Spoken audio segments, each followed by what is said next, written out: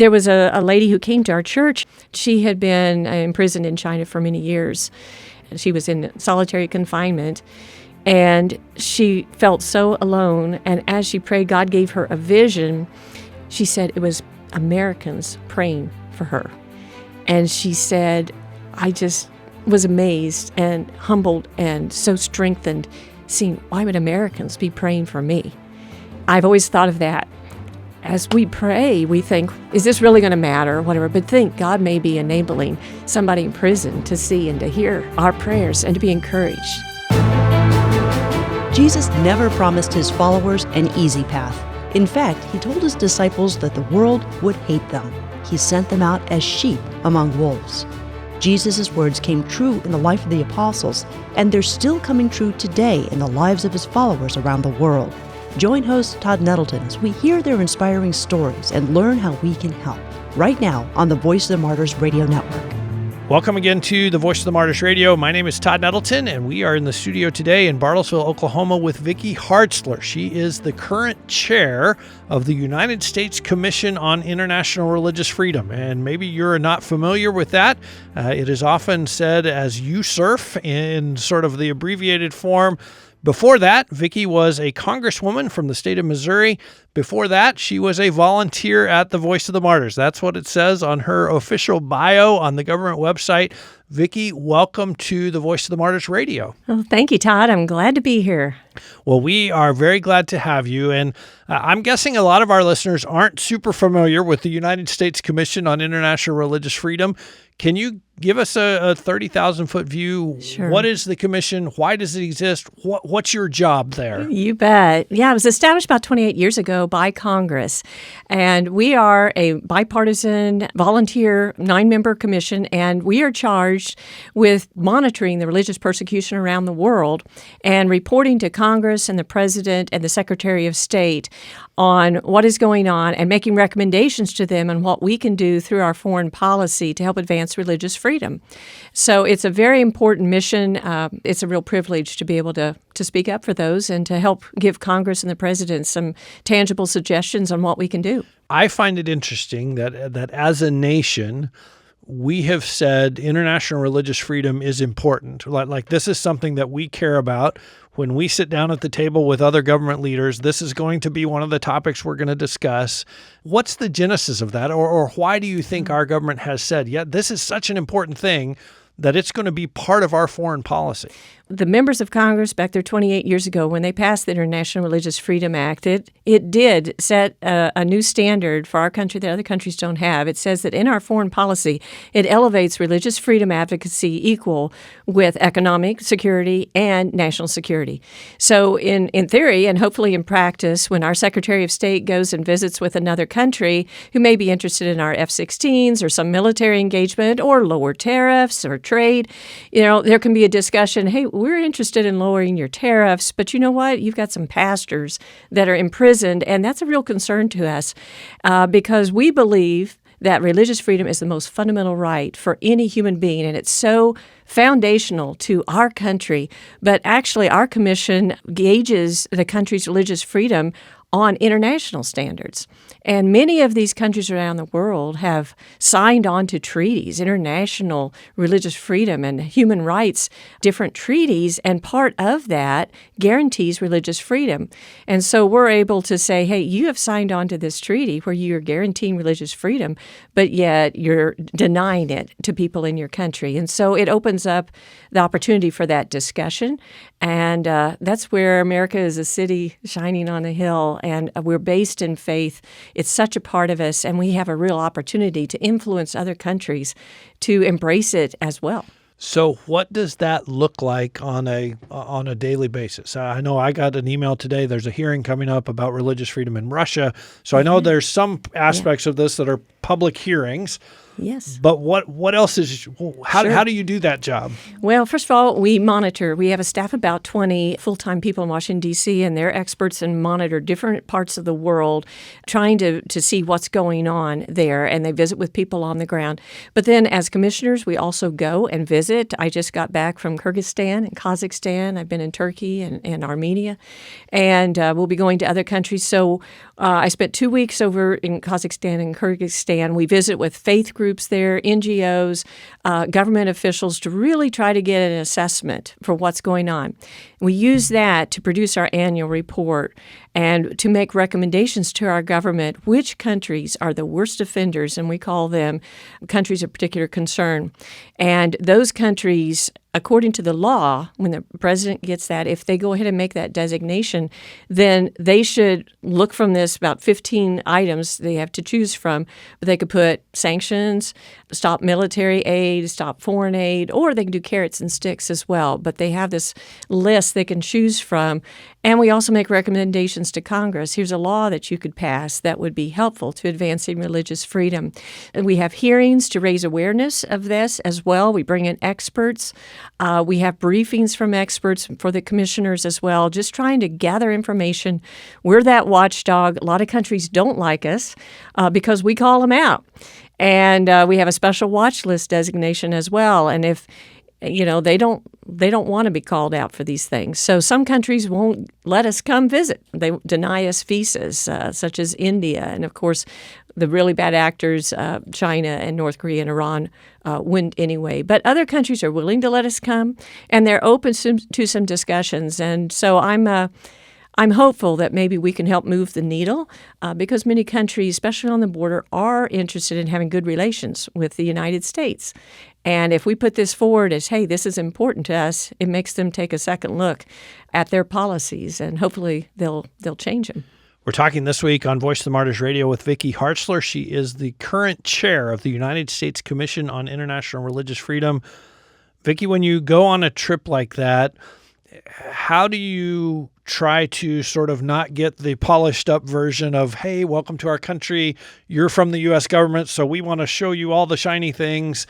Mm-hmm. And how do you kind of get behind that or get underneath that to say, okay, what's really going on here? Right. Well, first of all, their government doesn't set up the meetings. We request means our State Department over there, our embassies help reach out to these groups. And so we meet with them privately. And we do try to filter through because some of them are kind of scared, to give the actual what's going on. But if we visit with enough people and then compare their stories and visit with other people and then, look at other entities such as Voice of the Martyrs, we kind of get a better picture of really what's going on to make our assessments. My sense is this isn't a job for you. This is kind of a passion project.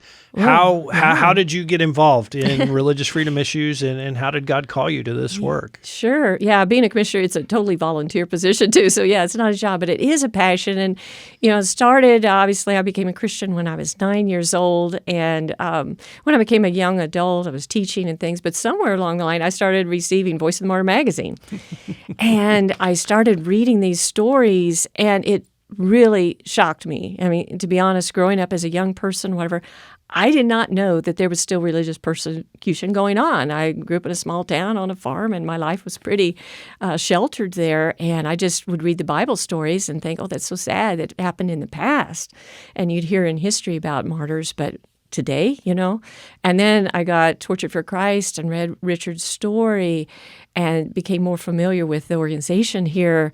And my heart just broke. And when you read in the Bible about the family of Christ and someday we all will stand before Jesus' throne from every nation and every tongue, I just realized these are my brothers and sisters that are hurting. I had no control over where I was born. I could have been born in one of these other countries and not had these opportunities, and I could be the one being beaten for my faith or have to choose, hey, I'm going to kill your kid or else you need to renounce your faith. And it just broke my heart. And so I've always prayed for them and taken that verse in Hebrews 13:3 to heart, that remember those who are in prison as if you were their fellow prisoner and those who are being mistreated as if you were suffering alongside them. And that's a command. That is something we are supposed to do, not just live our own life for ourselves. And so I've always had that awareness, and then found out about volunteer opportunities here. So our church is just 3 hours away, and so I contacted you back in the early 90s and said, hey, can we come down? Anyway, I organized 2 years, different mission trips from our church. We came down and we helped here, and I remember still preparing Bibles for Christians in China. Wow, it just, we pray over those Bibles, and to think that who's going to have this? That someday I'll meet him in heaven. I'm not going to meet him here, but, pray that God would bless him and protect him. So when I was a state rep, I was a teacher, then state rep, and then a mom for a while. Then I was asked to run for Congress, and the Lord made that possible. It worked out in 2010. And so I was sent to Congress, and I wrote down my goals, and one of the goals I wrote down was to be able to be a voice for those who cannot speak for themselves, for Christians around the world. And so when I was in Congress, I was always looking for opportunities for what I could do to help be their voice. So I've always had that heart, and then I left Congress in January 23, and then went through a season of, okay, Lord, what's next? And then out of the blue, I was called by Steve Scalise's office, who's the majority leader in the House, and Steve said, hey, are you interested in being appointed to the U.S. Commission on International Religious Freedom? And Speaker Mike Johnson, who's a friend of mine, said, hey, I think you'd be good.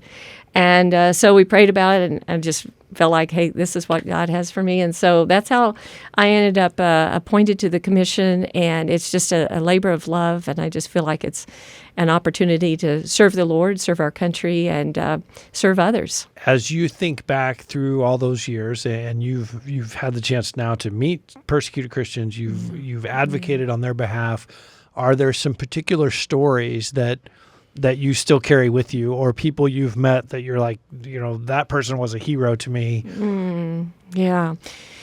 Well, yes, there's a lady from China that I met with a few months ago whose husband is still in prison in China, but she got out. But she's a believer, and she's trying to raise her daughters here and all that she's going through, and just said, please pray for him. And, I think of her, but also when I was in Congress, you have the opportunity to adopt people who are in prison through the Tom Lantos Human Rights Commission, and I adopted 3 Christian pastors, including Wang Yi, who are in China, who are in prison right now. And so regularly, praying for them. I would give speeches on the House floor for them. I do press releases, write letters. And he's still there, and I saw out here in your foyer a picture of him. And yeah, I think of him often. And there was a lady who came to our church, and I think she was connected from Voice of the Martyrs a few years after our mission trips here, but she had been imprisoned in China for many years. And she came to our church and through an interpreter shared her story, and I remember just weeping hearing her story. But something that stuck out to me is that she said she was in solitary confinement in her cell, and she just felt so alone and was praying, God, I just feel so alone. And as she prayed, God gave her a vision. She said it was Americans praying for her. Wow. And she said, I just was amazed and humbled and so strengthened seeing, why would Americans be praying for me? And I've always thought of that. As we pray, we think, yeah, is this really going to matter or whatever? But think God may be enabling somebody in prison to see and to hear our prayers and to be encouraged. And she eventually was able to get out and came here. And one thing she said just about Americans, she said, I'm just in awe of you all. She said, you have everything. You have money, you have house, and yet you still serve the Lord. Why do you do that? I'm just so amazed that there's Christians here in America. It was a total different perspective for us. She said, we had nothing. We just had Jesus to hold on to. But yet you, in the midst of all of this temptation of materialism and other power and everything you have, yet you're still here on church and you're still caring and you're still praying for others and you're giving and you're sharing the gospel. She was encouraged by us, which was just humbling to us. Wow. Yeah. We're talking this week on Voice of the Martyrs Radio with Vicky Hartzler. She is the current chair of the U.S. Commission on International Religious Freedom. you mentioned the fact that when you were in Congress, this was a passion of yours. You made the speeches, you wrote the letters, you tried to advocate. Talk to our listeners who maybe their congressperson doesn't have that passion and they would like to sort of light a fire under them to say, no, this does matter. How do we urge our leaders to care about religious freedom if maybe it doesn't come naturally to them? And what should we expect as citizens, as voters, as people who are in contact with them? What kind of response should we look for? Yeah, I think that Voice of the Martyrs magazine is one of the most powerful things you could do. You get it every month and make an appointment to see them, your member of Congress, when they have district offices. So you can make an appointment and visit with them and give them some copies and just say, hey, I want you to look at this, and do some research on your member of Congress. Many of them are people of faith.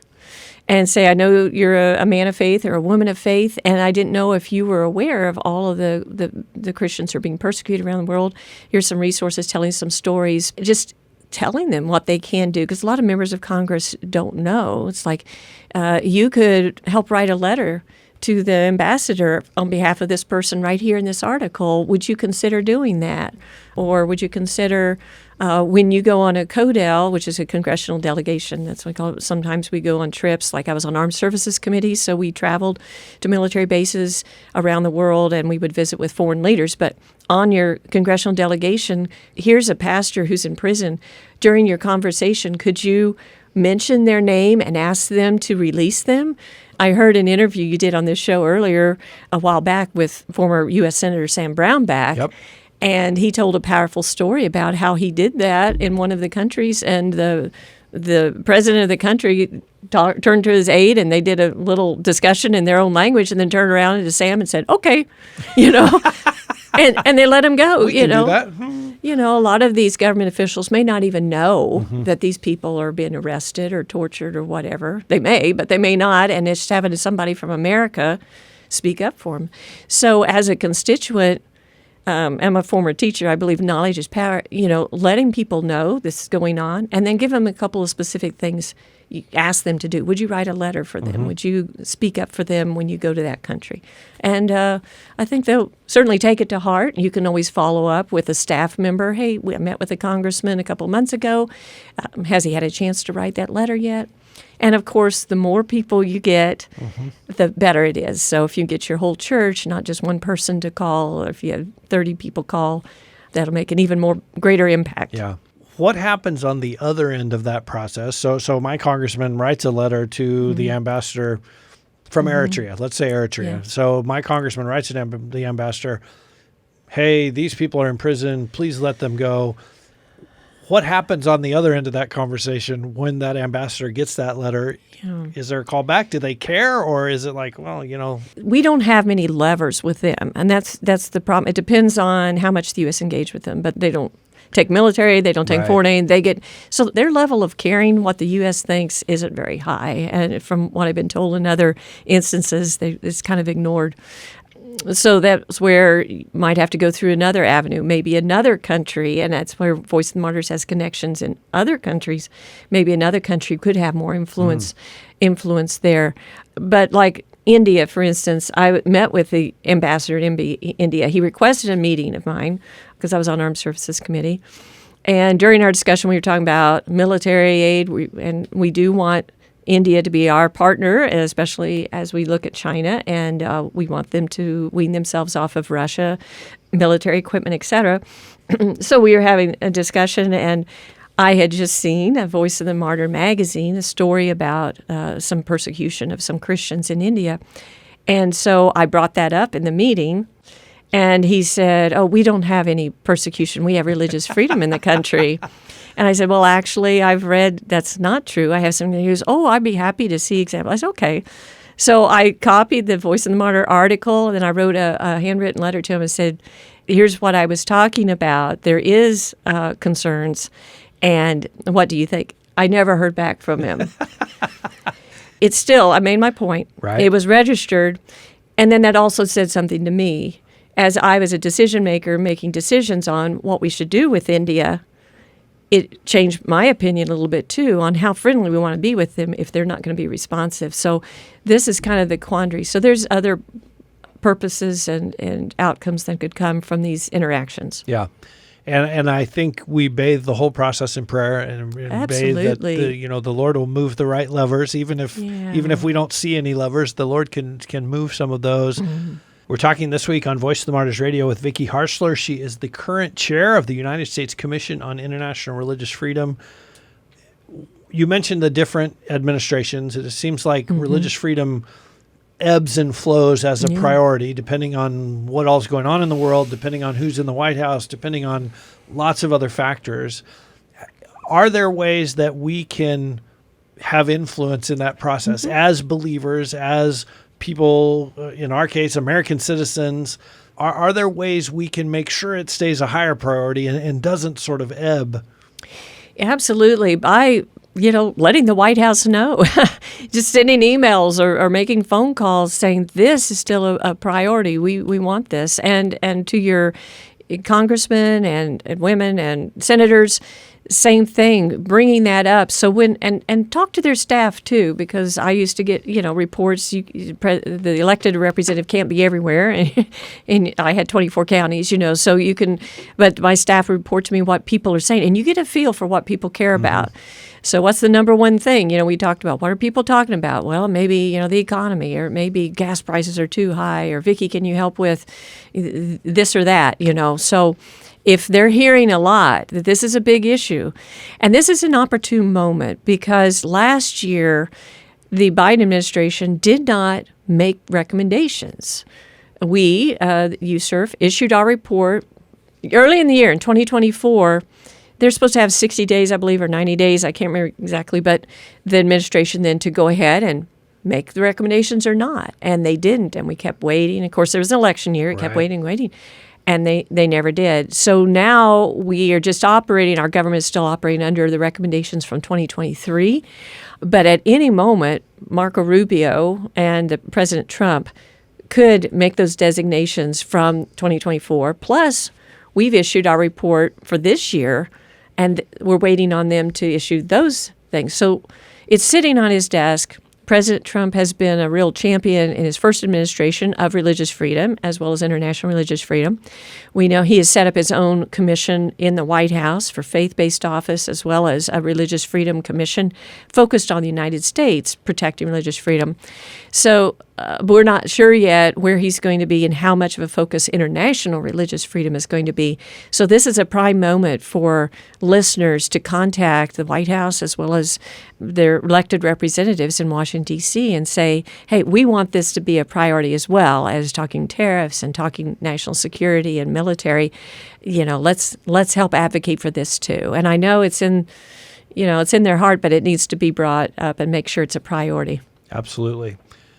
Vicky, as we close out, we always like to equip listeners to pray. So I'm thinking of you and the commission, but I think more broadly, I'm thinking of Christian people who are serving in our government in leadership roles in Congress, right down to administrative roles and actually carrying out the policies.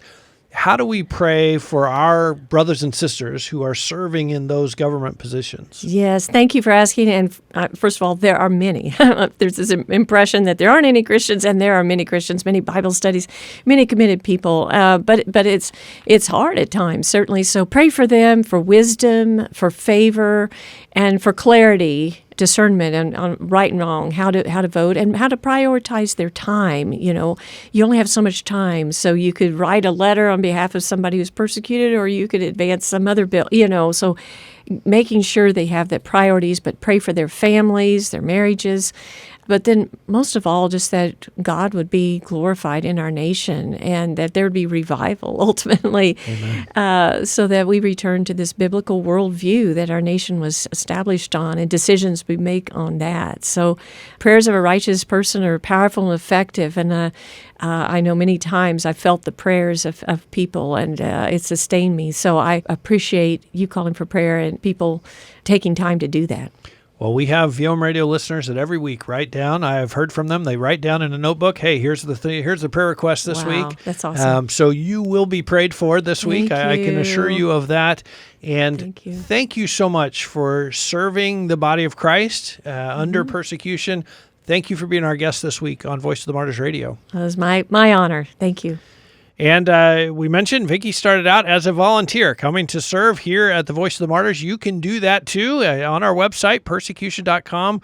There is a page where you can sign up and learn more about coming to volunteer here at the Voice of the Martyrs. We have people coming every week to serve alongside of us here, and we always appreciate their service.